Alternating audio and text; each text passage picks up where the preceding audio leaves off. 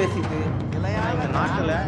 நேர்பட பேசலாம். மீண்டும் வரவேற்கிறேன். இரண்டாவது அமர்விற்கான விவாத பொருள் சட்ட விரோதமாக இணையத்தில் வெளியான பாகுபலி படத்தினுடைய இரண்டாம் பாகம். திருட்டு வெளியீடுகளை தடுப்பது சாத்தியமா என்பது குறித்து விவாதிக்க இருக்கின்றோம்.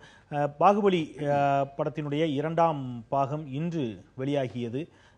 இந்த நிமிடம் வந்திருக்கக்கூடிய செய்தி இதுவரை 100 கோடிக்கும் அதிகமாக வசூல் செய்து ஒரு மிகப்பெரிய சாதனை நிகழ்த்தியிருக்கிறது. இந்தியாவில் மட்டும் இந்த படம் இன்று ஒரே நாளில் 100 கோடிக்கும் அதிகமான வசூல் சாதனையை எட்டியிருக்கக்கூடிய ஒரு படமாக கருதப்படுகிறது.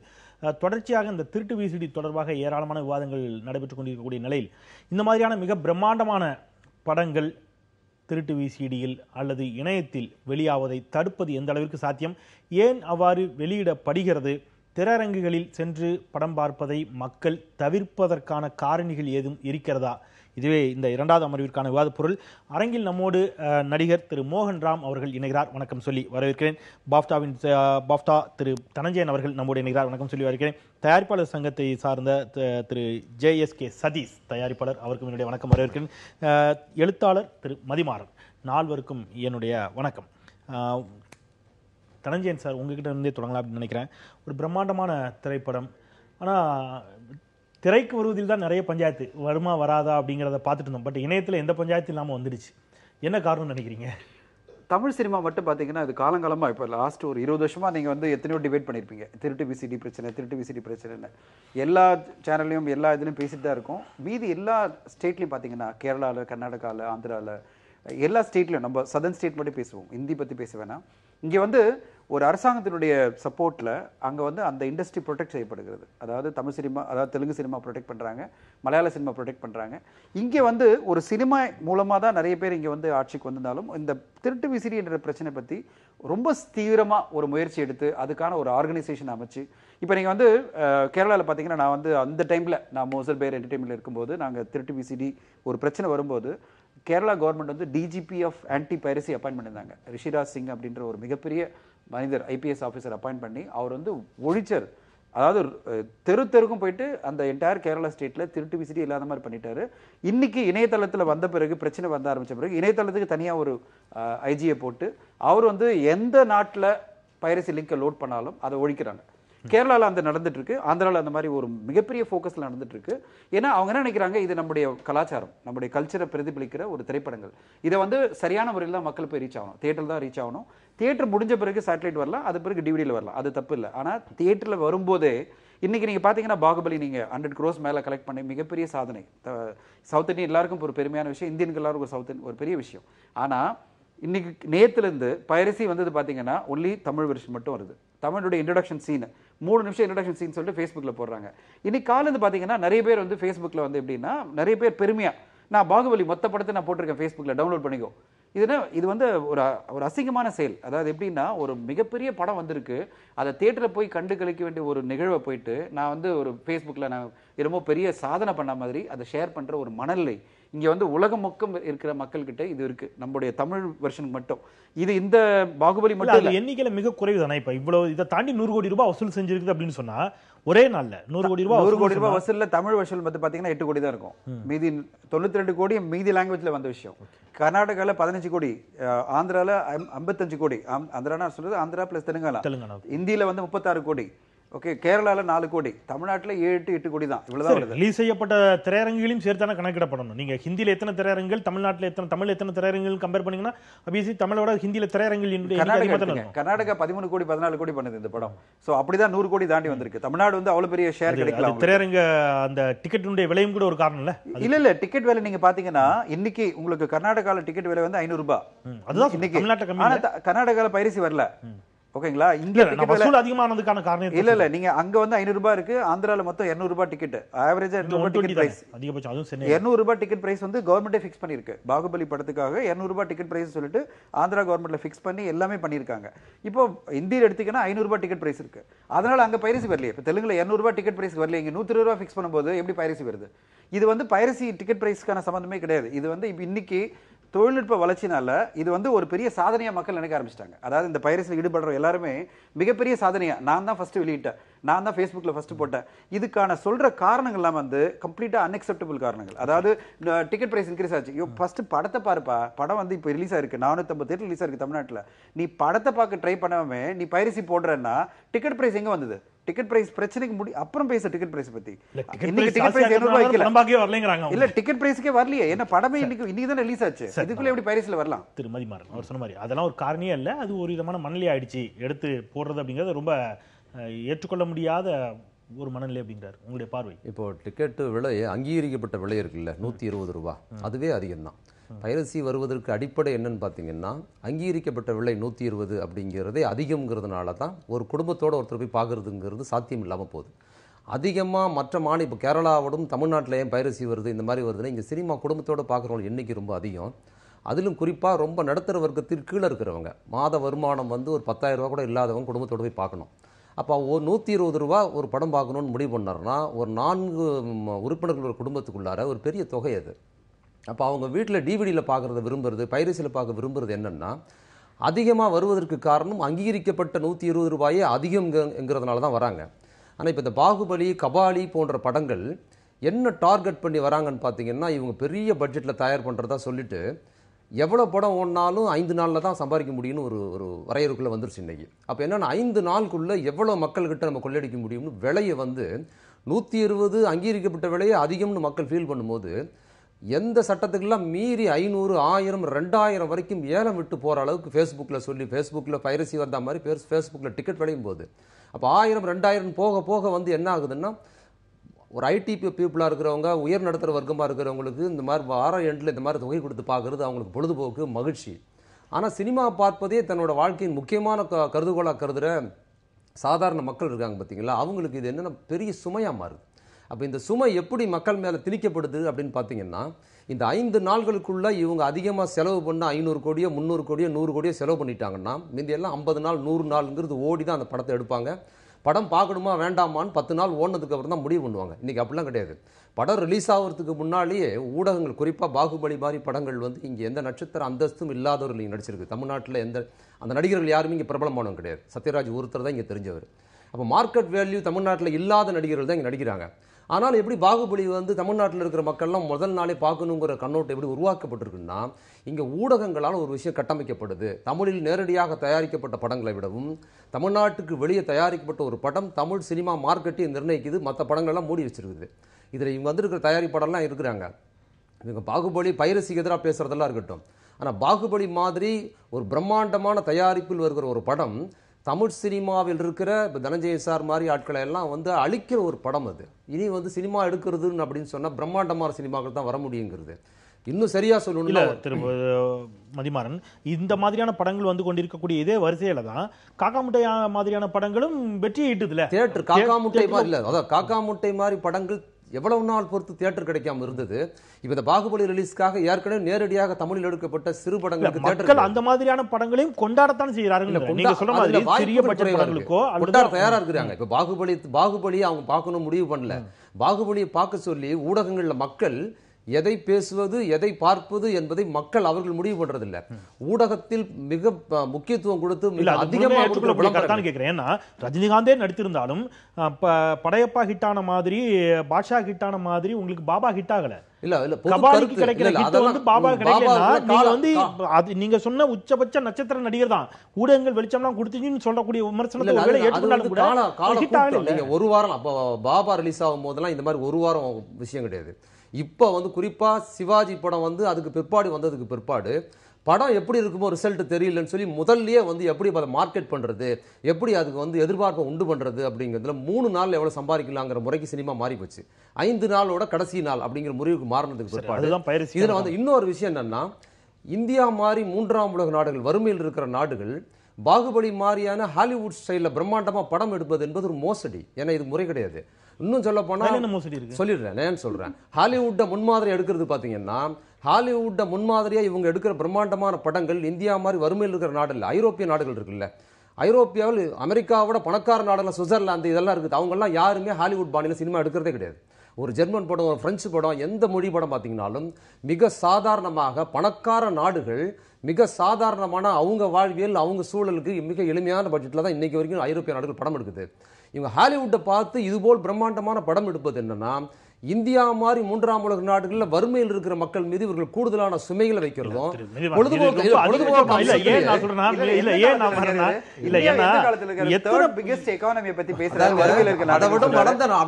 அமெரிக்காவோட பணக்கார நாடு சொல்றேன். இந்தியாவோட கலை எப்படி சுருங்கி போகுது இந்தியா. வரக்கூடிய 50 படங்கள் வெளியாச்சுன்னா 50 படங்கள் நீங்க சொன்ன மாதிரி ஹாலிவுட் படங்கள் மாதிரி இருக்கணுங்கிற கட்டாயத்தில் எடுக்கப்படுற படமா இல்ல. இங்க இருக்கக்கூடிய பண்பாடு கலாச்சாரம், இங்க இருக்கக்கூடிய மக்களை பிரதிபலிக்கக்கூடிய படங்களும் வருகின்றன. வேற மாதிரியான ஒரு மீடியம் பட்ஜெட்ல வரக்கூடிய படங்களும் வருகின்றன. ஹீரோயிசத்தை முன்னிறுத்தக்கூடிய படங்களும் வருகின்றன. நீங்க சொல்ற மாதிரியான படமும் ஏதாவது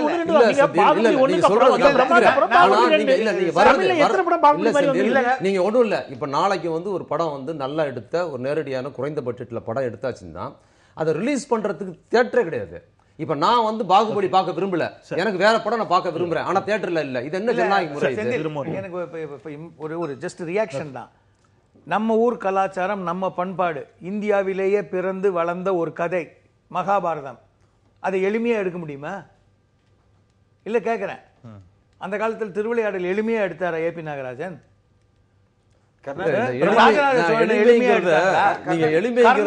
எளிமையாக எடுத்தாரா? 2017 இருக்கும். ரெண்டாவது, ரொம்ப லோ எக்கானமியில உள்ளவங்க அஃபெக்ட் ஆறாங்கன்னு சொல்றாரு. லோ எக்கானமியில உள்ளவங்க போய் பார்க்கல சார். இத இன்டர்நெட்ல பார்க்கல சார். இன்டர்நெட்ல பார்க்கிறது பூரா 25,000 30,000 சம்பளம் வாங்கி கொண்டிருக்கும் software technicians, youngsters. So let us be very clear. இதெல்லாமா காரணம்? நான் கேட்கிற ஒரே கேள்வி சார், தமிழன் என்று சொல்லடா, தலை நிமிர்ந்து நில்லடான்னு சொன்னான் ஒரு காலத்துல. தலை நிமிர்ந்து நின்றுட்டு இருந்தோம். ஊர் பூரா நடக்குங்க. மலையாளத்துல வந்தாச்சு, தெலுங்குல வந்தாச்சு, கன்னடத்துல வந்திருக்கு, அங்க வந்திருக்கு, இங்க வந்திருக்கு, போஜ்பூரி பேசுற நாடு, பெங்காலி பேசுற நாடு, எல்லா நாட்டிலையும் வந்திருக்கு. பைரசி இங்க மாத்திரம் இருக்குன்னா அப்ப எங்க தப்பு? எங்க தப்பு நீங்க நினைக்கிறீங்க? நான் நினைக்கிறது என்னன்னா, தமிழன் இன்று ஓசியில பார்த்தா என்ன, என்ன கேக்குறேன், ஓசியில பார்த்தா என்ன தப்பு? இல்ல ஒரு நிமிஷம், வேற ஒருத்தனுடைய உழைப்பை நான் ஓசியில் தின்கிறேன். 5 ஸ்டார் ஹோட்டல்ல எனக்கு போக முடியாதுங்க, ரொம்ப ஜாஸ்திங்க ஒரு காஃபி. அதனால என்ன பண்ணுவேன், நான் போய் அங்க காஃபி திருடுவேன்றான். இல்ல அப்படி கொச்சப்படுத்தி அர்த்தம், கொச்சதான் அது. நாங்க போய் குடிச்சிட்டு பில் கட்டாம வெளியே வந்துருவேன். அது தமிழன் செய்யறது இல்ல. சார் சொல்ற மாதிரி தமிழ் சினிமாவில் இருக்கிற இயக்குநர்கள், தயாரிப்பாளர்கள் பல பேர் இல்ல சொல்ற இருங்க உங்க மாதிரி ஆட்கள் இருங்க. நீங்க கோடிக்கணக்கான தமிழர்களை கேவலப்படுத்தி பேசுவீங்க, நான் பாத்துட்டு உட்கார்ந்து. நான் சொல்றேன் இருங்க. நீங்க வந்து தமிழ் சினிமா இவ்வளவு பேர் பைரசிக்கு பேசுறீங்க, தமிழர்களை கேவலமா பேசுறீங்க. ஆனா ஹாலிவுட் பிலிம்ஸ் எவ்வளவு படங்களை உங்க தயாரிப்பாளர்களும் மிக சிறந்த நடிகர்கள் சொல்ற இயக்குநர்களை காப்பி அடிச்சு ரைட்ஸே வாங்காம கோடி கோடியா சம்பாதிக்கிறீங்களா? இது பெரிய பகல் கொள்ளல் இல்லையா? எத்தனை பேர் காப்பி அடிச்சு எவ்வளவு பேர் ஊழல் பண்ணிருக்காங்க சொல்லுங்க. எத்தனை பேர் ஹாலிவுட் படம் ரைட் வாங்காம சொல்லி எத்தனை பேர் கோடி சம்பாதிச்சாங்க, எத்தனை பேர் பெரிய நடிகரா இருக்காங்க, அத பத்தி பேசுங்க. ஒரு நிமிஷம். அதோட ஒப்பிட்டீங்கன்னா தமிழ் பெயருக்கு கிடையாது. இவங்க எடுக்கிற படம் ஓட மாட்டேங்குது. நான் கேட்ட ஒரு கேள்விதான், இப்படி நடந்து அதாவது இவங்க பைரசிக்கு 10 கோடி தமிழர்களின் திருடர்கள், பிச்சைக்காரர்கள். தமிழ்ல படம் எடுக்கீங்க, தமிழ்நாட்டுல ஓட்டுறீங்க. 10 கோடி தமிழர்களின் திருடர்கள்னு சொல்ல, இந்த மாதிரி 100-200 பேர், 100-200 நீங்க தமிழர் தான் சொன்னீங்க. 100-200 பேர்ல இப்பதான் நான் கேட்டதுக்கு அப்புறம் தான் இண்டல்ஜ் பண்றவன தான சார் சொல்றேன். ஓகே, திரும்ப நம்ம அடிப்படையில இஷ்யூஸ் வாங்க. பைரசில இண்டல்ஜ் பண்றவன தான பத்தி பேசினேன். பைரசி சினிமாவுல இருக்கீங்க. உங்க படம் இயக்கத்துல அடிப்படையில இப்ப தியேட்டர் கட்டணம் கொடுத்தலாம் பேசப்பட்டுச்சு. இப்போ நீங்க இல்ல இது கிளாரிஃபை பண்ணனும். நான் சொன்னது பைரசியில் ஈடுபட்டு கொண்டிருக்கும் நபர்கள். Okay okay okay. இப்போ தியேட்டர் கட்டணங்கள் அப்படிங்கிறது 120 ரூபாய் அப்படிங்கறதே குறைவா இருக்குது. இங்க நிர்ணயிக்கப்பட்ட கட்டணமே குறைவா இருக்குது. 99 ஏற்றப்பட்ட கட்டணம் அதன் பிறகு ஏற்றப்படப்படலைங்கிற வாதம்லாம் வைக்கப்படுகிறது. மற்ற மாநிலங்கள் அதிகமா இருக்குது. ஆனா சென்னை மாதிரியான பெருநகரங்கள்ல வாதம் வைக்கப்படுகிறது. இன்றைக்கு நம்முடைய உரிமையாளர் தியேட்டர் சங்கத்தினுடைய தலைவர்கள்லாம் கூட சில வாதங்கள் வச்சுக்காங்க. பன்னீர்செல்வம் போன்றவர்கள் சில வாதங்கள் வைக்கிறாங்க. நாங்க தியேட்டர் ஓட்டுறதே தின்பண்டங்களை வித்துதாங்கிறாங்க. நீங்க உள்ளுக்குள்ள போகக்கூடியவர்கள் பேக் வந்து முற்றிலும் வந்து செக் பண்ணப்படுது. எந்த ஒரு ஸ்நாக்ஸும் கூட உள்ள எடுத்துட்டு போக முடியல. அவங்க விற்கிற ஸ்நாக்ஸ் தான் வாங்கணுங்கிறாங்க. அந்த ஸ்நாக்ஸோட விலை இருக்குல்ல, அது கட்டுப்படியாகாத விலை. அப்போ தியேட்டர்ஸ் இப்படிலாம் நடக்கக்கூடிய காரணத்தினாலும் கூட தியேட்டருக்கு வரக்கூடியவர்கள் எண்ணிக்கை குறைகிறதா? தியேட்டர் கட்டணத்தை விட்டுருங்க, கன்ஃபார்ம்டா வந்து அரசாங்கம் அதுல வந்து என்ன ரூல்ஸோ ஆஸ் பர் ரூல்ஸ் என்னவோ, சப்போஸ் ரூல்ஸ்ல வந்து இல்ல வெளி தின்பண்டங்கள் உள்ளே அனுமதிக்கப்படக்கூடாது அப்படின்னு இருந்துச்சுன்னா, இல்ல இருந்துச்சுன்னா அது அப்படி இல்லைன்னா அந்த மாதிரி செய்யும் தியேட்டர்கள் மேல ஆக்ஷன் எடுக்கணும். 120 ரூபாய்க்கு மேல இந்த 500, இப்ப சார் சொன்ன மாதிரி 500 ரூபாய்க்கு வித்தாங்க, 1000 ரூபாய்க்கு வித்தாங்க, 2000 ரூபாய்க்கு வித்தாங்க, அதுல எல்லாம் ஆக்ஷன் எடுக்கணும். அதெல்லாம் எடுக்கலாம் சார். நான் கேட்கறது எப்படி சார் வேற ஒருத்தன் உழைப்ப நீ ஒரு திருத்தனமா போய் மொபைல் எடுத்துன்னு போய் தியேட்டருக்குள்ள வச்சு மொத்த படத்தையும் ஷூட் பண்ணி சாயங்காலத்துக்குள்ள நீங்க வந்து ரிலீஸ் பண்ணா அது கரெக்டா? இப்போ சமீபத்தில் ஒரு மிகப்பெரிய இசையமைப்பாளர் வந்து தன்னுடைய படைப்புக்காக எனக்கு கொடுக்க வேண்டிய கூலியை கொடுக்கணும் போது எல்லாரும் சொன்னாங்க, ஆமா அவருடைய உழைப்பு, அவருடைய இதுக்கு அவருக்கு சேர வேண்டிய பணம் சேர வேண்டும்னு எல்லாருமே. அப்போ ஒரு தனிநபருக்கு ஒரு இது, துறைக்கு வேற. இப்ப இதுல நீ உங்களுக்கான வரி விலக்கு எல்லாம் கொடுக்கப்படுகிறது. தமிழில் பெயர் வைத்தால் வரி விலக்குன்னு, அப்ப வா குவார்டர் கட்டிங்லாம் கூட பெயர் வைத்து சர்ச்சையாச்சு. அதற்கெல்லாம் வரி விலக்காங்கிற பேர்லாம் வச்சு இந்த வரி விலக்குகள் எல்லாம் அதனுடைய லாபங்கள் எல்லாம் பார்வையாளர்களுக்கு தானே போய் சேரணும். சேருதா? சேரலையே. இது நீங்க வரி விலக்கு நீங்க பாத்தீங்கன்னா கவர்மெண்டுடைய டெசிஷன். அது வரி விலக்கு வந்து பார்வையாளருக்கு போகாம ப்ரொடியூசருக்கு போனோம் என்பது கவர்மெண்டுடைய ஜியோ. அது இதை இப்ப வந்து ப்ரொடியூசர்ஸ் கேட்கல. அந்த மாதிரி வரி விலக்கு என்பது என்னன்னா மொத்தமா வரி இல்லாம எங்களுக்கு அந்த பணம் வரணும். டிக்கெட் விலையும் தின்பண்டங்களை உள்ள அனுமதிக்கணும்ங்கறது கூட கவர்மெண்டோட முடிவு தானே. அதை ஏத்துக்க மறுக்கறீங்க? இல்ல தின்பண்டங்களை அனுமதிக்கிறது வந்து அந்த ஜியோ எல்லாம் இல்ல. இல்ல அந்த ஜியோ இல்ல. அந்த ஜியோ இல்ல. பட் ரூல் தின்பண்டங்களை மறுக்க கூடாதுங்கிறது ரூல் இல்ல. அந்த மாதிரி எந்த ரூலும் கிடையாது. என்னன்னா ஒரு தின்பண்டங்களை மறுக்கலாம்னு சட்டம் இருக்குதா? இல்ல சென்ட் சார், அந்த திரையரங்கு என்பது ஒரு பிரைவேட் ப்ராப்பர்ட்டி, கவர்மெண்ட் ப்ராப்பர்ட்டி கிடையாது. ஒரு கவர்மெண்ட் பார்க்ல நீங்க வந்து தின்பண்டம் எடுத்துட்டு போலாம், தண்ணி பாட்டில் எடுத்துட்டு போலாம். ஒரு பிரைவேட் ப்ராப்பர்ட்டில அவங்க தான் டிசைட் பண்ண முடியும் என்ன எடுத்துட்டு போக முடியும். இல்ல நான் முடிச்சறேன். ஒரு பிரைவேட் ப்ராப்பர்ட்டிக்குள்ள என்ன எடுத்துட்டு போக கூடாதுங்கிறது, பாம் எடுத்துட்டு போக கூடாதுன்னு சொல்லலாம், கள்ளச்சாராயம் எடுத்துட்டு போக கூடாதுன்னு சொல்லலாம், லிக்கர் எடுத்துட்டு போக கூடாதுன்னு சொல்லலாம். பட் சாங்க தங்களுடைய விருப்பமான உணவுப் பொருளை கூட எடுத்துட்டு போக கூடாதுன்னு சொல்றதுக்கான உரிமை எந்த சட்டத்திலும் இல்ல. நான் கம்ப்ளீட் பண்றேன். இல்ல சார், ஒரு சின்ன சொல்றதுல ஒரு முக்கியமான விஷயம் இருக்கு.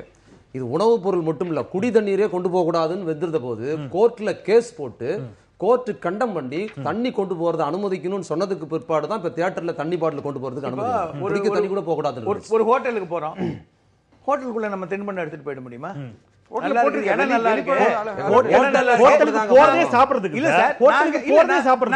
காஃபி வாங்குறதுக்கு தான் போறேன், நான் டிஃபன் மாத்திரம் வீட்ல இருந்து எடுத்துட்டு போறேன்.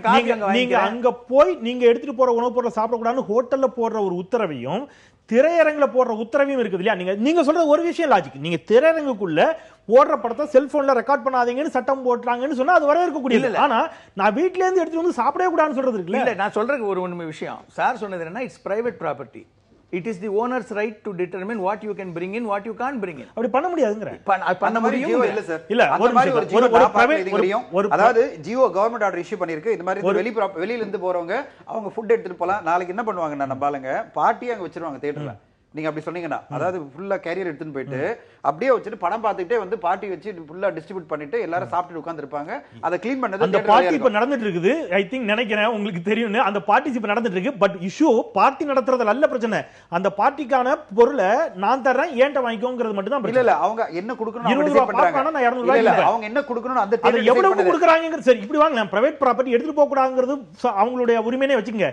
ஒரு பொருளை இவ்வளவு தான் விக்கணுங்கிறது ஒரு சட்டம் இருக்குதா? கண்டிப்பா இருக்கு. டிக்கெட்ல நீங்க 120 ரூபாய் போடுறீங்க, பாப்கார்ன் 100 ரூபாய்க்கு விக்கணுங்கிறது அதீதமா இல்லையா? கண்டிப்பா அதீதம்.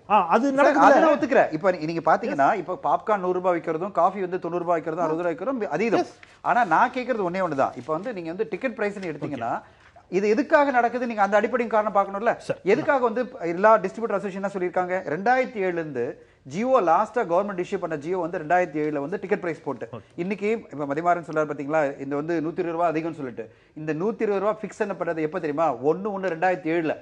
10 வருஷமா அதே டிக்கெட் பிரைஸ். ஆனா இன்னைக்கு அவர் வெளியில போனாருன்னா அவருடைய ஆட்டோ பிரைஸ் எல்லாமே 2017 எவ்வளவு டிஃபரன்ஸ். நான் திரு சதீஷ் அவருடைய தொடக்க சுட்டுக்கருத்து இதுல அடிப்படையில தயாரிப்பாளர்கள் மிகப்பெரிய பிரமாண்டமான இந்த மாதிரியான படங்கள் வருது, சிறிய தயாரிப்பாளர்களுக்கே பிரச்சனை அப்படிங்கிற ஒரு வாதத்தை வைக்கிறாரு.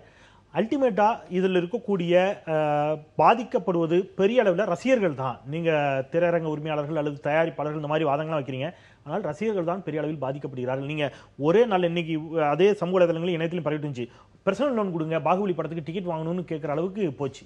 4000 ரூபாய் டிக்கெட் அப்படிங்கிறாங்க. இதெல்லாம் எந்த அளவிற்கு சரியானது? இதுதான் இந்த பைரசி வெளில வர்றதுக்கான ஒரு காரணம் அப்படிங்கிற ஒரு வாதம் வைக்கப்படுதுல்ல? இல்லை, முதல்ல ஒரு விஷயம் சொல்லிடுறேன். அதாவது நண்பர் சொன்ன மாதிரி பாகுபலி மாதிரி ஒரு படத்தால் வந்து நமக்கு வந்து எந்த விதமான நஷ்டங்களோ வந்து அடுத்தது வந்து திரைப்படத்துறைக்கோ வந்து பிரச்சனைகள் கிடையாது. இன்னும் சொல்லப்போனால் ஒரு இந்தியன் பெருமையாக ஒரு ஹாலிவுட் ரேஞ்சுக்கு ஒரு படத்தை வந்து காப்பி அடிக்காமல் அவனுடைய சொந்த கற்பனையில் ஒரு மிக நம்ம குடும்பத்தோடு உட்காந்து பார்க்கக்கூடிய அளவுக்கு ஒரு பிரம்மாண்டத்தை கொடுத்து, அதே மாதிரி நண்பர் சொன்னதில் இன்னொரு ஒரு மாற்று கருத்து, இது வந்து ஒரு டப்பிங் ஃபிலிம் கிடையாது, இது வந்து ஒரு பைலாங்குவேஜ் படம். இது தமிழில் எடுத்தாங்க, ஹிந்தியில் எடுத்தாங்க, தெலுங்குல எடுத்தாங்க, தமிழில் எடுத்தாங்க. இது நேரடியான ஒரு தமிழ் படம் தான். நான் டப்பிங் படம்னு சொல்லல. மாற்று மொழின்னு இல்ல. அதே நேரத்தில் ஆர்டிஸ்ட் யாரும் இங்க கிடையாது. அதே மாதிரி பாகுபலியோட முதல் பாகம் வரும்போது இவ்வளவு பெரிய எதிர்பார்ப்பு இல்லை. பாகுபலியோட முதல் பாகம் வரும்போது அது வந்து அப்போ டப்பிங் ஃபிலிமாக தான் நம்ம கன்சிடர் பண்ணோம். அதோட வெற்றி தான் இந்த ரெண்டாவது பாகத்தை வந்து இவ்வளோ தூரம் வந்து எல்லாருக்கும் எதிர்பார்ப்பை கிரியேட் பண்ணுச்சு. சினிமானாலே வந்து எனி ப்ராடக்ட் எடுத்துக்கோங்க, டிமாண்ட் ஆன் ப்ராடக்ட் தான் வந்து பிஸ்னஸே. இப்போது சின்ன படங்களுக்கு பிரச்சனையான்னு கேட்டிங்கன்னா நிச்சயமாக கிடையாது. நல்ல படங்கள் கொடுத்தீங்கன்னா சமீபத்தில் வந்து துருவங்கள் 16ன்னு ஒரு படம், ஒரு இமாலய வெற்றி படம். அதோட பட்ஜெட் வேறு, அதோட ரெவென்யூ வேறு. இப்போ என் படங்கள் எடுத்தீங்கனாலே நான் பண்ணதெல்லாம் சிறிய படங்கள் தான். நடுவில் கொஞ்சம் பக்கத்தை காணம்ன்றது வந்து ஒரு இமாலய வெற்றி. அதே மாதிரி அந்த நடுவில் கொஞ்சம் பக்கத்தை காணம் வந்து இந்திய மொழிகளில் எல்லா மொழியிலையும் வந்து ரீமேக் செய்யப்பட்டது. அது மாத்திரம் இல்லாமல் ஆங்கில மொழியில் ரீமேக் ரைட்ஸ் வந்து ஒரு தமிழ் படத்தை வாங்கின பெருமை வந்து அந்த படத்துக்கு உண்டு. அதனால் வந்து இப்போ கலை அப்படிங்கிறது வந்து பார்த்திங்கன்னா நம்ம பார்க்குற ஒரு பார்வையில் தான் இருக்குது. அதாவது வந்து நம்ம இப்படி ஒரு பிரம்மாண்ட படம் எடுத்தோம், சினிமா வந்து ஒரு கஷ்டத்துக்குள்ளே போயிடும் அப்படிலாம் ஒன்றுமே கிடையாது. நீங்கள் சொன்ன 3 விஷயம் வந்து ஒத்துக்கக்கூடிய ஒரு விஷயம். ஒன்று, தியேட்டரில் வந்து தின்பண்டங்களோட விலை வந்து மிக அதிகம். இப்போ எல்லா தேட்டர்ஸ்லையும் பார்த்தீங்கன்னா சத்தியமாரி தேட்டர் ஆகட்டும், சாதாரண தேட்டர் ஆகட்டும், எல்லா இடத்துலையும் வந்து ஒரு ஃப்ரீயாக வந்து ஒரு வாட்டர் கேன், மினரல் வாட்டர் வச்சுட்டாங்க. எவ்வளோ வேணாலும் வந்து தண்ணி எடுத்து குடிச்சிக்கலாம், விலை கிடையாது அப்படின்ட்டு. அதே நேரங்களில் அதிகமான தின்பண்டங்கள் வந்து விலை அதிகமாக இருக்கிறது வந்து தவறான ஒரு சட்டத்துக்கு புறம்பான ஒரு விஷயம். அது வந்து நிச்சயமாக வந்து கண்டிக்கக்கூடிய விஷயம். இன்னொரு ஒரு விஷயம் என்னென்னா, 120 ரூபா டிக்கெட் ரேட் வந்து அதிகம் அப்படின்னு சொல்லவே முடியாது. இப்போ நான் அந்த வாக்கு வரேன், 120 ரூபா அதிகமா இல்லையாங்கிறது ஒரு பக்கம். ஆனா முதல் நாள் கபாலிக்கு அந்த பிரச்சனை வந்துச்சு. முதல் 2-3 நாட்கள் வந்து டிக்கெட் விலை என்னன்னே பிரிண்ட் பண்ணாமலே டிக்கெட் விற்பனை செய்யப்பட்டது அப்படிங்கிற சர்ச்சை வந்து அது நீதிமன்றம் வரைக்கும் கூட எடுத்து செல்லப்பட்டது. இப்போ பல நாட்கள் வெள்ளிக்கிழமை படம் ரிலீஸ் செய்யப்படுறதே வெள்ளி சனி ஞாயிறு 3 நாள் வசூல் மட்டும்தான். முன்ன மாதிரி கரகாட்டக்காரன் மாதிரி ஓராண்டுகள் ஓடி எல்லாம் வசூல் பார்க்கறதெல்லாம் இல்லை. 3 நாள், அதிகபட்சம் 5 நாள் வசூல்னு சொல்ற இடத்துல டிக்கெட்டை கண்ணாபின்னான்னு விற்கிறது அப்படிங்கிற ஒரு வாதம் வைக்கப்படுதுல. நான் தான் சொன்னேன், பர்சனல் லோன் கேட்குறாங்க, 4000 ரூபாய் டிக்கெட்டுன்னு சொன்னா இது அது வந்து தியேட்டருக்காரங்க தான் விற்கிறாங்கன்னு நம்மள சொல்ல முடியாது. நிறைய ரசிகர் மன்ற ஷோஸ் வாங்குறாங்க, அவங்க அதிகமாக விலைக்கு விற்கிறாங்க. இதெல்லாம் இந்த மாதிரி விஷயங்கள் நடக்குது. ஆனால் இப்போ இவ்வளோ பட்ஜெட் படத்துக்கு, இப்போ ஒரு 300 கோடி ரூபாயில் எடுத்த படத்துக்கும் 120 ரூபா தான், நான் 40 லட்ச ரூபாயில் எடுத்த படத்துக்கும் 120 ரூபா தான்னா அது நிச்சயமாக வந்து சாத்தியக்கூறு ஆகாது. அதுக்காக தான் அரசுக்கிட்ட வந்து நம்ம ஆல்ரெடி வந்து முறையிட்டு இருக்கோம். வந்து இப்போது அண்டை மாநிலங்கள்லாம் பார்த்தீங்கன்னா நீங்கள் ஏற்கனவே சொன்ன மாதிரி கர்நாடகாவில் 600 ரூபாய் 700 ரூபாய் 800 ரூபா டிக்கெட்லாம் இருக்குது. அந்த மாதிரி ஒரு ப்ராடக்டை பேஸ் பண்ணி அதோட ரேட்டை வந்து டிசைட் பண்ணலாம், தீர்மானிக்கிறது. அதுல எவ்வளவு குழப்பங்கள் வரும், பிரச்சனை வரும். ரெண்டாவது விஷயம், இப்ப பாகுபலி மாதிரியான, இப்ப நான் ஒரு 40 லட்சம் ரூபாய்க்கு எடுத்த படத்தை போய் 500 ரூபாய்க்கு டிக்கெட் விக்கிறேன்னு வைங்க, யார் வாங்கி பாப்பாங்க? பாகுபலி மாதிரியான தயாரிப்பு செலவுகள் அதிகமா இருக்கக்கூடிய படம் அப்படிங்கிறது ஒரு பார்வை. ஆனா சில படங்கள் அதனுடைய தயாரிப்பிற்கான செலவுல 50 விழுக்காடு நடிகருக்கும் ஊதியமா மட்டுமே. இன்னும் சொல்ல போனா ஒரு குறிப்பிட்ட நீங்க நட்சத்திர நடிகர்களுடைய படங்கள்ல அந்த தயாரிப்பு செலவுல பெரும்பகுதி அவருக்கான சம்பளமா மட்டும் போகுது. அதையும் நீங்க பட்ஜெட் பெரிய படம் அப்படின்னு நீங்க கொண்டு வந்தீங்கன்னா எப்படி சாத்தியம்? அவரு டிமாண்ட் ஆன் ப்ராடக்ட், அவரு அந்த ஆர்டிஸ்ட்டை வச்சாதான் இந்த படம் ஓடும் அப்படிங்கிற ஒரு சூழல் இருக்கும்போது அவருடைய பிரைஸ் அவரே ஹைக் பண்றாரு. அதை என்னால போய் தியேட்டர்ல பார்க்க முடியல, என்னால முடிஞ்ச டிமாண்ட் நான் பைரசி எடுத்து பாத்துக்கிறேன் முடிவு பண்ணிட்டானா ரசிகன், நீங்க என்ன பண்ணுவீங்க? இல்ல, அதுக்கான விஷயம் தான் என்ன பண்றோம் அப்படின்னா, இப்ப இந்த நீங்க சொன்ன இந்த 4000 3000 எல்லாம் இல்லாம ஒரு டிமாண்ட் ஆன் ப்ராடக்ட் மாதிரி நல்ல படங்கள் வரும்போது அந்த பட்ஜெட்டுக்கு ஏற்ற மாதிரி இப்போ நீங்க வந்து வரி விலக்குக்கு வந்து தனியா ஒரு டீம் டிமாண்ட் ஆன் ப்ராடக்ட் அப்படிங்கிறது நான் அதுல இருந்து ஒரு இடைவெளிக்கு அப்புறம் டிமாண்ட் ஆன் ப்ராடக்ட் அப்படிங்கறத நீங்க திருப்பி பேசிட்டு இருக்கீங்க. பாலுக்கும் நெல்லுக்கும் அரிசிக்கும் டிமாண்ட் ஆன் ப்ராடக்ட் வச்சீங்கன்னா விலை என்னவாகும் அப்படிங்கறத கொஞ்சம் யோசிச்சு பார்ப்போம். ஆக்சுவலி அதுக்கு தான் வைக்கணும், பட் அதுக்கே வைக்கிறது இல்லை, வைக்கவும் முடியாது. ஏன்னு சொன்னோம்னா இருக்கிறவங்க மட்டும் தான் சாப்பிட முடியும், இல்லாதவர்கள் சாப்பிட முடியாத ஒரு நிலை ஏற்பட்டுரும். சினிமாவுக்கு அது எந்த அளவுக்கு சாத்தியம் நம்ம ஓகே வந்து நீங்க அதையே வந்து வேற மாதிரி அது ரொம்ப அத்தியாவசியம். பாலோட ஒரு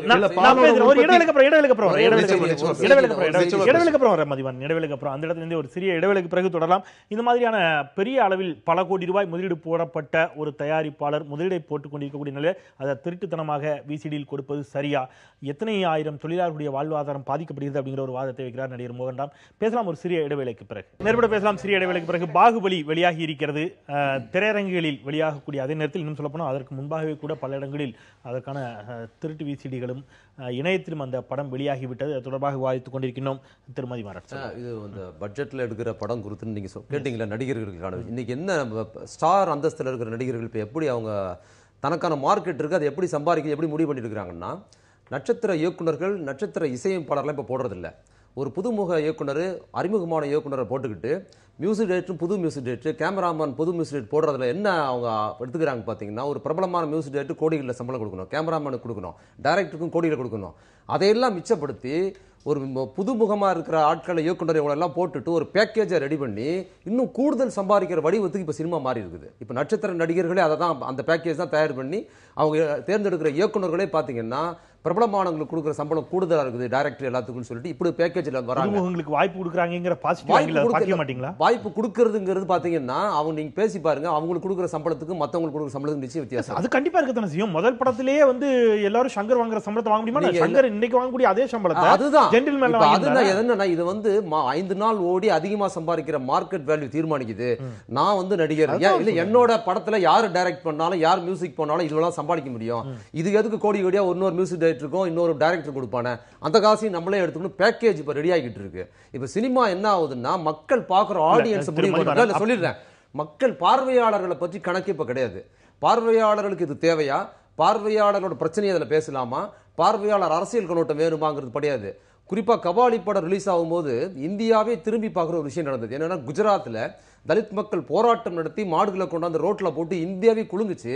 ஆனா தமிழ்நாட்டில் கபாலி படம் பத்தி விவாதம் தான் ஓடிக்கிட்டு இருந்தது. அதே மாதிரி இப்ப பாத்தீங்கன்னா இந்த பாகுபலி நேரடியான தமிழ் படம் கூட கிடையாது, இங்க தயாரிக்கப்பட்ட படம் கிடையாது, தமிழ்லயும் அது வந்திருக்குது. ஆனா இன்னைக்கும் பிரதானமா இங்க ஓடுற பிரச்சனைன்னு பாத்தீங்கன்னா விவசாயிகள் பிரச்சனை ஓடுது. அதையும் தாண்டி மக்கள் மத்தியில் இது வந்து ஊடகங்களால் வந்து பெரிய அளவில் நிறுத்தப்படுது. மக்கள் தன்னோட பணங்களை அதை செலவு பண்ணி போறதுன்னு இருக்கு பாத்தீங்களா. அப்ப சினிமா, தமிழ் சினிமாக்காரர்கள் மக்களோட பிரச்சனை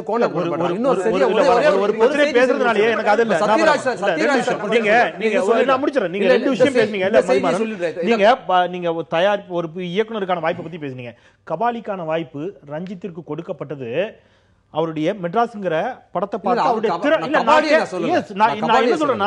ஒரு உச்ச நட்சத்திரம் நடிகர் ரஜினிகாந்தா இருக்கட்டும் அல்லது திரு கமலஹாசனா இருக்கட்டும், இவங்க எல்லாம் ஒரு நீங்க சொல்ற மாதிரி ஒரு புது இயக்குனருக்கு வாய்ப்பு கொடுக்குறாங்க அல்லது வளர்ந்து வரும் இயக்குனருக்கு வாய்ப்பு கொடுக்குறாங்கன்னா பட்ஜெட்டுக்காக இல்ல, அவர்களுக்கான பேமெண்ட்டை சிறப்பான பேமெண்ட் கொடுக்கணும். அது கொடுக்கறாங்களாங்கறது சேர்த்து தான் நீங்க ஒண்ணு. இந்த இன்னொரு செய்தி நான் சொல்றேன், பைரசி வாங்குங்கறாரு, பைரசி வாங்குங்கறாரு, நான் பைரசி வர அந்த இடத்துல பைரசி வர நான் வர ஏன்னா நம்ம பேசலாம், அத நீங்க நிறைவுல கூட சொல்லுங்க. நான் சொல்றது இதுவெல்லாம் சேர்த்து தான் பார்க்க வேண்டியிருக்கு, பட்ஜெட்டை பார்க்க வேண்டியிருக்கு, பார்வையாளர் அப்படிங்கிற கருத்து வைக்கிறாரு. நான் அவரை சொல்றேன் சார், இப்போ கேரளால மிக பிரம்மாண்டமான ஒரு படம் வெற்றி அடைஞ்சது. 200 ரூபாய் டிக்கெட் பிரைஸ் தான். நான் சொல்றது புலிமுருகன் அப்படின்ற படம் 150 கோடி ரூபாய் கலெக்ட் பண்ணுச்சு. கேரளா மாதிரி 3.5 கோடி மக்கள் இருக்கிற ஒரு ஸ்டேட்ல 90 கோடி ரூபாய் கலெக்ட் பண்ணுச்சு. ஓகேங்களா, 90 கோடி ரூபாய் கலெக்ட் பண்ணணும்னு சொன்னா கிட்டத்தட்ட வந்து 12, அதாவது 1.2 crore பீப்புள் பார்த்துருக்காங்க அந்த படத்தை 200 ரூபாய் டிக்கெட் கொடுத்து. அதனாலதான் இவ்வளவு பெரிய வசூல் வந்திருக்கு. அங்க பைரசி 50வது நாள் ஒரு ஆள் வந்து ஆன்லைன்ல வெளியிட்டான்னு சொல்லிட்டு தேடி பிடிச்சி அடிச்சு அவனை பிடிச்சி அரெஸ்ட் பண்ணி அந்த பைரசியை தூக்குனாங்க. 140 நாள் கழிச்சு டிவிடி ரிலீஸ் பண்றாங்க, 160 நாள் கழிச்சு சேட்டலைட் டெலிகாஸ்ட் ஆகுது. அது பிறகு தான் பைரசி வருது. அது பிறகு அவங்களும் பாதர் பண்ணல, 150 நாள் ஓடிச்சு படம் கலெக்ட் பண்ணிச்சுன்னு சொல்லிட்டு அது பிறகு பைரட் டிவிடி வருது. நான் கேட்கறது, ஒரு சின்ன மாநிலம் தன்னுடைய சினிமாவை அவ்வளோ அழகா வர்த்தக ரீதியாக ப்ரொடெக்ட் பண்ணுது. அதனால தான் இன்னைக்கு ஒரு புலிமுருகன்ற படம் அவ்வளோ பெரிய கலெக்ஷனை கேரளாவில் சம்பாதிச்சு கொடுத்துருக்கு. அவங்க கேரளா தயாரிப்பாளர் தான், அவர் வந்து வெளிநாடு ஆள் கிடையாது. இந்த இடத்துல திருப்பி நீங்க அந்த கேள்வி வச்சா பைரசிக்கு தொடர்பில்லாத கேள்வின்னு போயிடுவீங்க. என்னுடைய கேள்வி இந்த இடத்துல எங்க வருது, கேரளால நீங்க சொன்னீங்க சின்ன பட்ஜெட் படம், அது அந்த சின்ன budget சார், அது 22 ஓகே சின்ன மாநிலம் அதை காப்பாத்துனா, நீங்க கேரளாவில் இருக்கக்கூடிய உச்சபட்ச நடிகர்களுடைய சம்பளமோ, இங்க இருக்கக்கூடிய தயாரிப்பு செலவு, இங்க இருக்கக்கூடிய நடிகர்கள் சம்பளம், இதெல்லாம் கணக்கிட்டு பாத்தீங்கன்னா தான் இந்த தயாரிப்பு செலவை நீங்க பெரிய இடத்துல கொண்டு போய் நிப்பாட்டிடுறீங்க. இதை காட்டிட்டு இவ்வளவு செலவு பண்ணிருக்கோம் இவ்வளவு செலவு பண்ணிருக்கோங்கிற வாதம் வச்சுட்டு நீங்க இதெல்லாம் கொண்டு வந்து முன்னாடி நிப்பாட்டுறீங்கிற இது வருது. என்னோட ஒரு கருத்து சார், என்னோட ஒரு கருத்து நீங்க வந்து 200 கோடி ரூபாய் படமா இருந்தாலும் 2 கோடி ரூபாய் படமா இருந்தாலும் 120 தான் நிக்குது.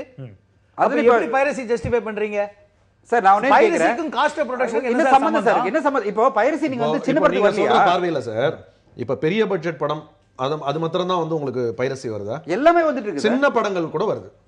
இப்போ நான் ஒரு படம் 4 போலீஸும் நல்லா இருந்த ஊருன்னு ஒரு படம் ரிலீஸ் ஆன அன்னைக்கு ஈவினிங் 4 o'clock ஆன்லைன்ல வருது படம். அது எங்கேருந்து வருது அப்படின்ட்டு நாங்கள் வந்து அதுக்கான ஆய்வு பணிகள் பார்த்து டெக்னிக்கலாக அதை கண்டுபிடிக்கும் போது திருநெல்வேலியில் ஒரு தியேட்டரில் ஷூட் பண்ணியிருக்காங்க. அப்போ இது வந்து பாகுபலிக்கும் அந்த சின்ன படத்துக்கும் என்ன வித்தியாசம்? திரு சதீஷ், இப்போ நீங்க விஞ்ஞானம் வளர்ந்து வருது, ஒரு கேட்ஜெட் யுகத்துக்கு நுழைஞ்சிட்டு இருக்கிறோம், எல்லாமே மிக வேகமாக கையில் வருகின்ற பொழுது கமலஹாசன் அந்த மாதிரி ஒரு முயற்சி எடுத்தார். நீங்க படம் தியேட்டரில் ரிலீஸ் ஆகிற அதே டயத்துல டிஷ்லயும் ரிலீஸ் பண்ணலாம், அதுக்கேற்ற பேமெண்ட் நீங்க பே பண்ணி பார்த்துக்கலான்னு.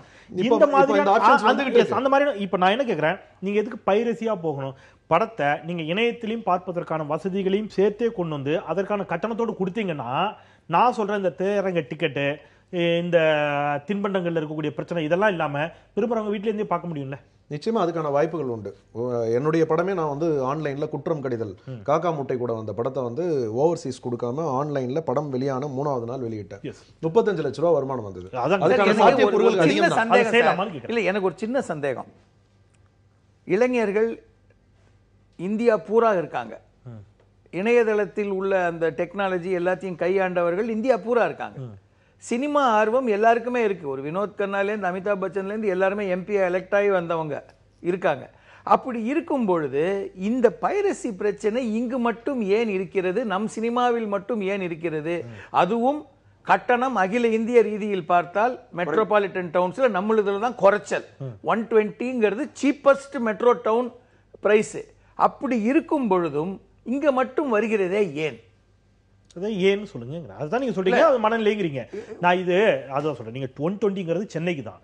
நீங்க சவுத் போனீங்கன்னா மற்ற இடங்கள்ல டிக்கெட்ல இருக்கக்கூடிய காசு ஒன்னாவும் அங்க வசூலிக்கிற காசு இன்னொன்னாவும் இருக்குது.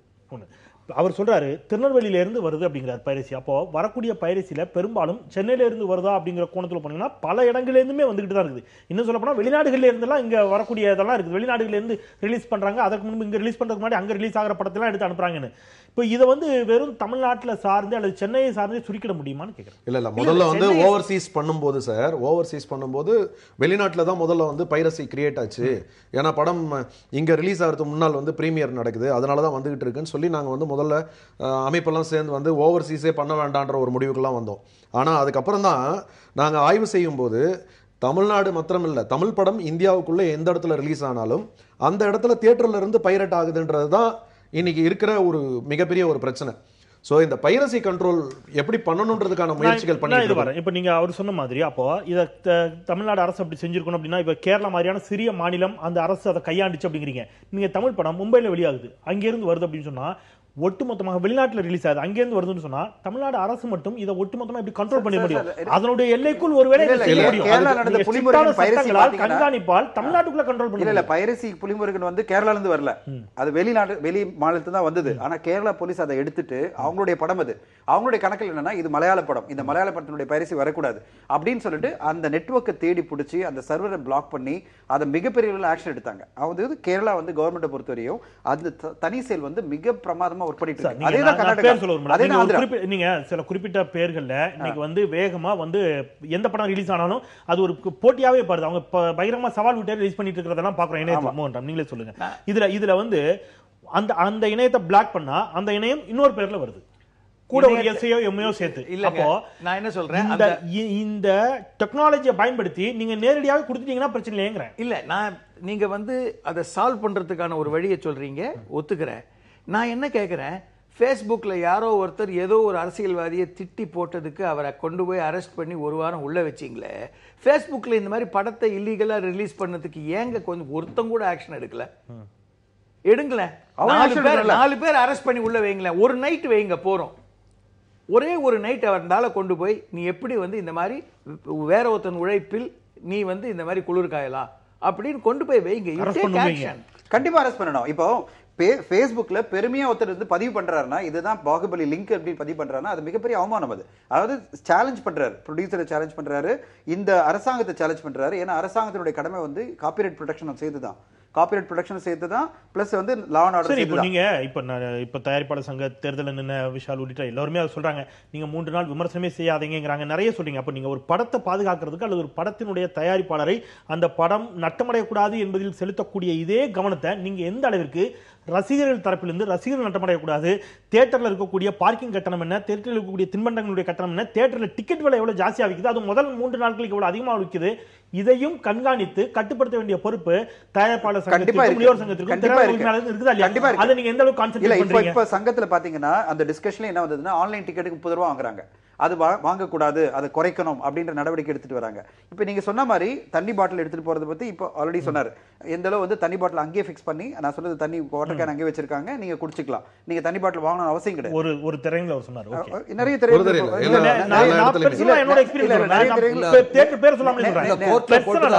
குழந்தைங்களுக்கான உணவே எடுத்துட்டு போக விடாம தடுத்து நிப்பாட்டாங்க. நீங்க ஒரு ஏர்போர்ட்குள்ளே ஒரு செக்ரட்டரியேட்டுக்குள்ள கூட அவ்வளவு செக்கிங் இருக்காது, பேக்க தலைகீழா கோத்திடுறாங்க, கம்ப்ளீட்டா உழுக்குறாங்க. ஒரு சாக்லேட் அலோவ் பண்றது இல்ல அப்படின்னு சொன்னா நீங்க உள்ள போய் வாங்கக்கூடிய சாக்லேட்ஸ் இருக்கு, நீங்க சொல்றீங்கல்ல எம்ஆர்பி ரேட்டை விட பல மடங்கு அதிகமா இருக்கு, எம்ஆர்பி ரேட்டை விட பல மடங்கு அதிகமா விக்கிறது சட்ட ரீதியில குற்றமா இல்லையா? இல்ல கண்டிப்பா ஒத்துக்கிறேன். அவங்க மேல என்ன நடவடிக்கை, அவங்க ஏன் கைது செய்யணும்னு யார் வலியுறுத்த மறுக்கிறீங்க? இல்ல அது நீங்க எம்ஆர்பி செஞ்சு எடுங்க.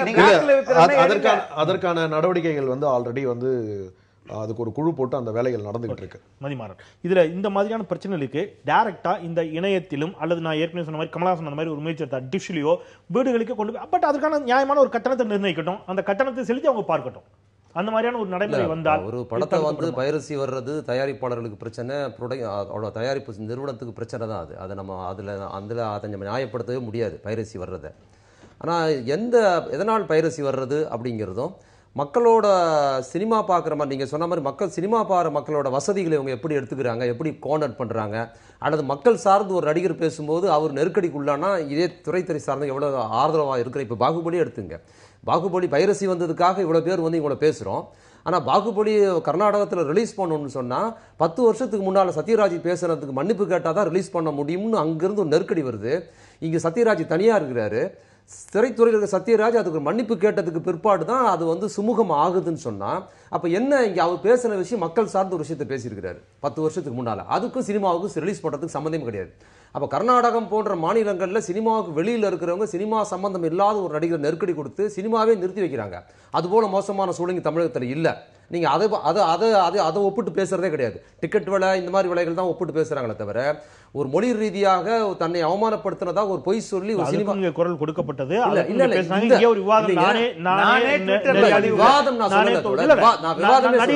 சத்யராஜ் மன்னிப்பு கேட்க வேண்டிய அவசியமே இல்லை. அதுல மன்னிப்பு பாகுபலி ரிலீஸுக்கும் அவர் வருத்தம் தெரிவிச்சார். அதுவும் அவர் என்ன சொன்னாரு, இத்தனை கோடி ரூபாய் முதலீடு செய்யப்பட்டிருக்கு, இத்தனை பேருடைய வாழ்க்கை சினிமாவுக்கு அதுக்கு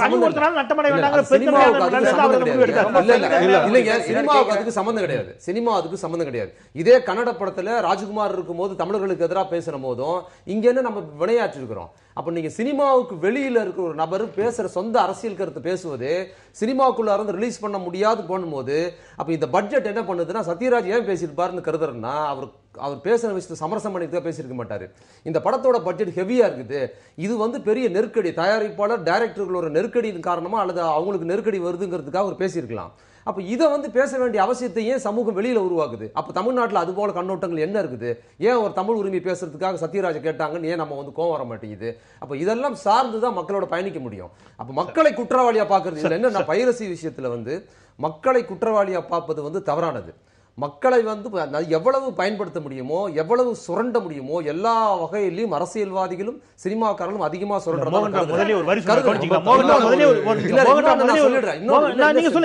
நீங்க மோகன்ராம் முதலே ஒரு விமர்சனம் வச்சாரு, நீங்க மக்களை சுரண்டாங்கன்னா சாமானியர்கள் ஏழைகள் இந்த மாதிரி பண்றது இல்ல அப்படிலாம் கிடையாது. நல்ல ஐடி கம்பெனில ஐடிங்கிறது ஒரு உதாரணம் சொல்றாரு, பல லட்சம்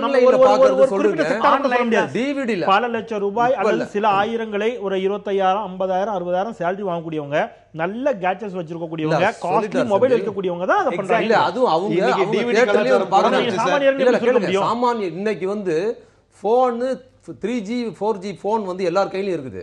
அப்ப இலவச சிம் வந்ததுக்கு அப்புறம் குறிப்பா இந்த 6 மாதங்கள்ல அதிகமா டவுன்லோட் பண்ணி பார்க்கிறது இது வரைக்கும் இல்லாத அளவுக்கு நடக்கும். எல்லா மத்தியிலும் வந்திருக்குது. நீங்க சொன்ன மாதிரி 120 ரூபாய் கட்டணம் இங்கதான்.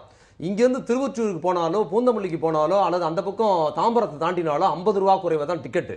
அப்ப 50 ரூபாய் டிக்கெட் யாரும் வைக்கிறது இல்லை. 120 ரூபாய் தான் கம்மியா இருக்குது. 50 ரூபாய் டிக்கெட் என்ன ஆகுதுன்னா 500 ரூபாய் டிக்கெட் அங்கதான் விற்கிது.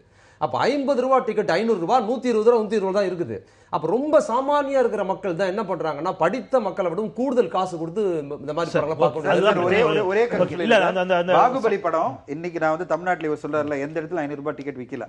ஓகேங்களா? இப்போ வந்து 120 ரூபாய் தான் சென்னை ஃபுல்லா. நானே இப்போ வந்து 80 பேர் நாங்கெல்லாம் சேர்ந்து பார்த்தோம். 120 தான் டிக்கெட் எங்களுக்கு கிடைச்சது. அப்படிலாம் வந்து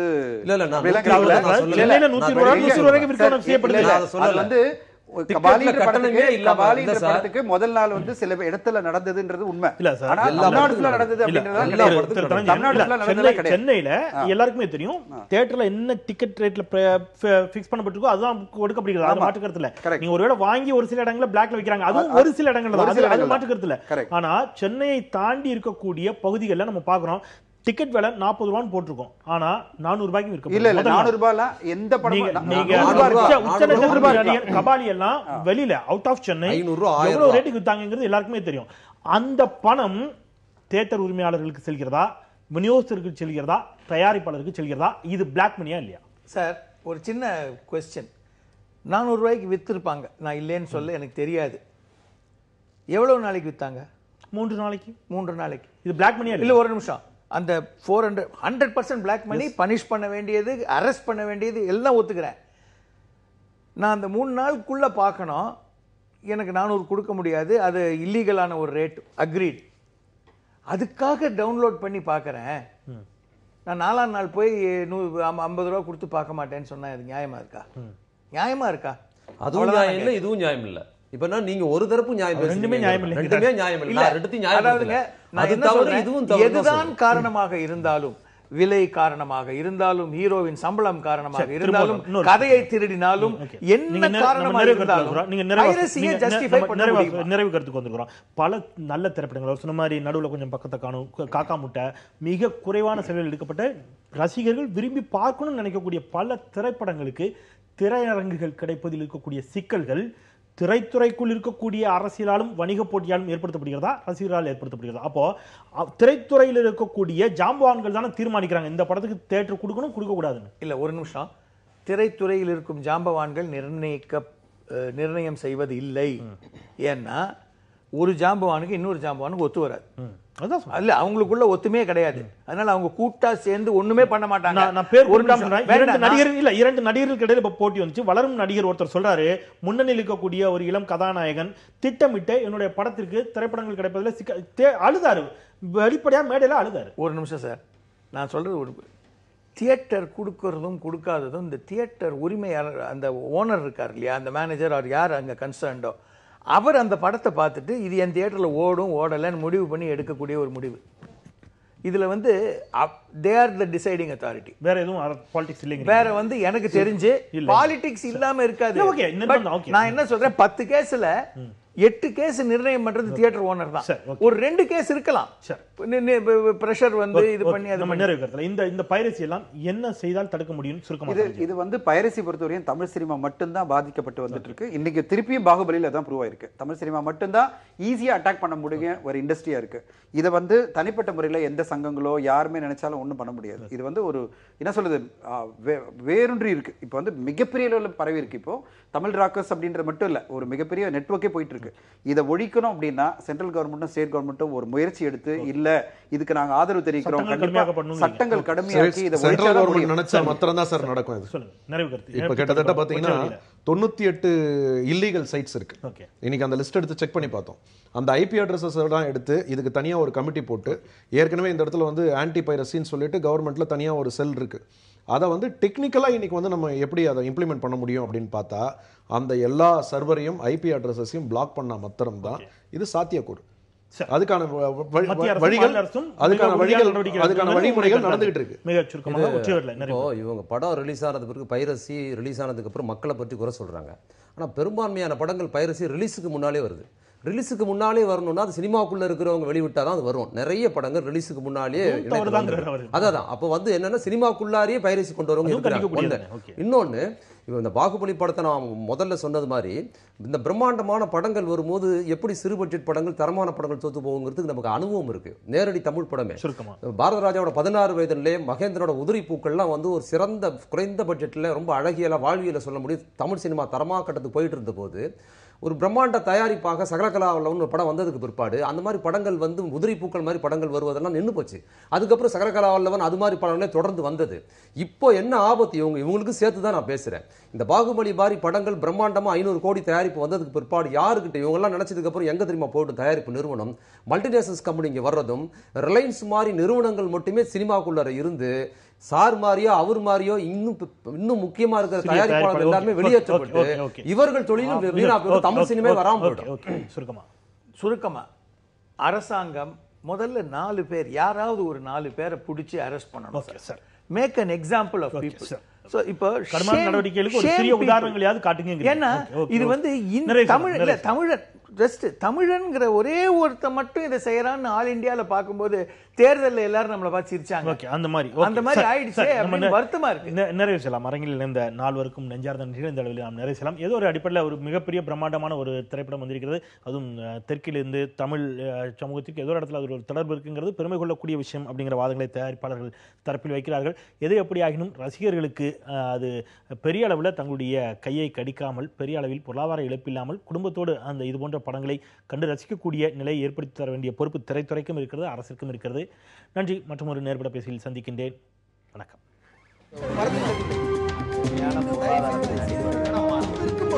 எதிர்த்து பேசிட்டு